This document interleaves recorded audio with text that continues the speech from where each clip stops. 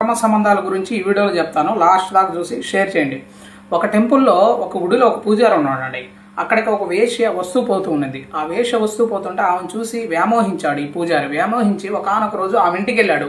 ఇంటికి వెళ్ళి ఆమె సాంగత్యాన్ని కోరుకుంటాడు అనమాట. మీ సాంగత్యం కావాలి, మీరు కావాలనుకుంటున్నానని. ఈమె అనుకుంటుంది, ఆలోచిస్తుంది, అరే ఇతను పూజారు కదా, ఇతన్ని ఏమని తిట్టి పంపించలేము, ఏదో ఒక విధంగా పంపించాలి, ఏదో ఒకడైతే కొట్టి తిట్టొచ్చు అనేసి.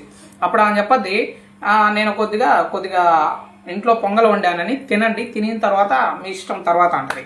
అప్పుడు అనుకుంటా, అబ్బా ఇంకేం తినిన తర్వాత పోరాడతాను, యుద్ధం చేయొచ్చు అనుకుంటాడు. సరే అని కూర్చోబెట్టద్దు. ఆసనం వేసి కూర్చోబెట్టిన తర్వాత ఆ యొక్క పూజారిని ఆమె దేవుడి దగ్గరికి వెళ్ళి ఆకులో పొంగల్ ఉంటుందండి. ఆకులో పొంగల్ ఉంటే తెచ్చి ఆయన దగ్గర పెట్టద్ది.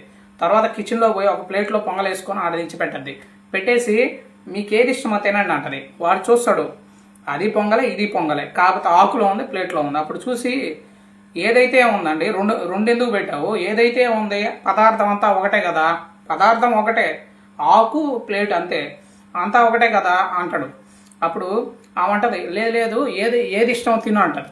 తినందంటే అప్పుడు ఏం చేస్తాడంటే ఆమె వెళ్ళి తులసి తీసుకొస్తుంది. దేవుడి దగ్గరికి వెళ్ళి తులసి తీసుకొచ్చి ఆకులో వేస్తుంది అనమాట. ఆకు పొంగల్ మీద వేస్తే అప్పుడు ఆయన చూసి, ఇతను పూజారు కదా, అప్పుడు దాన్ని తీసుకుంటాడు. తీసుకొని ఇది నేను తింటాను అండి, ఇది ఇష్టం నాకు అంటాడు. అప్పుడు ఆమె ఏమంటుంది, రే మూర్ఖుడా ఎదవా లేరు, పైకి లేరా అంటది. అరే ఏందిరా ఇప్పుడు దాకా ఆసం వేసి తినమంటుంది, ఇప్పుడేం తిడుతుందిరా అనేసి లేసారు, భయపడి లేచిపోతాడు.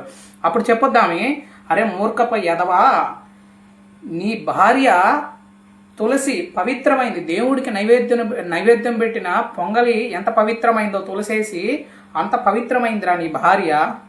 నేను ఒక వేశ్యని, నేను ప్లేట్లో వేసిన పొంగలి ఎంత అపవిత్రమో నేను అపవిత్రాలని.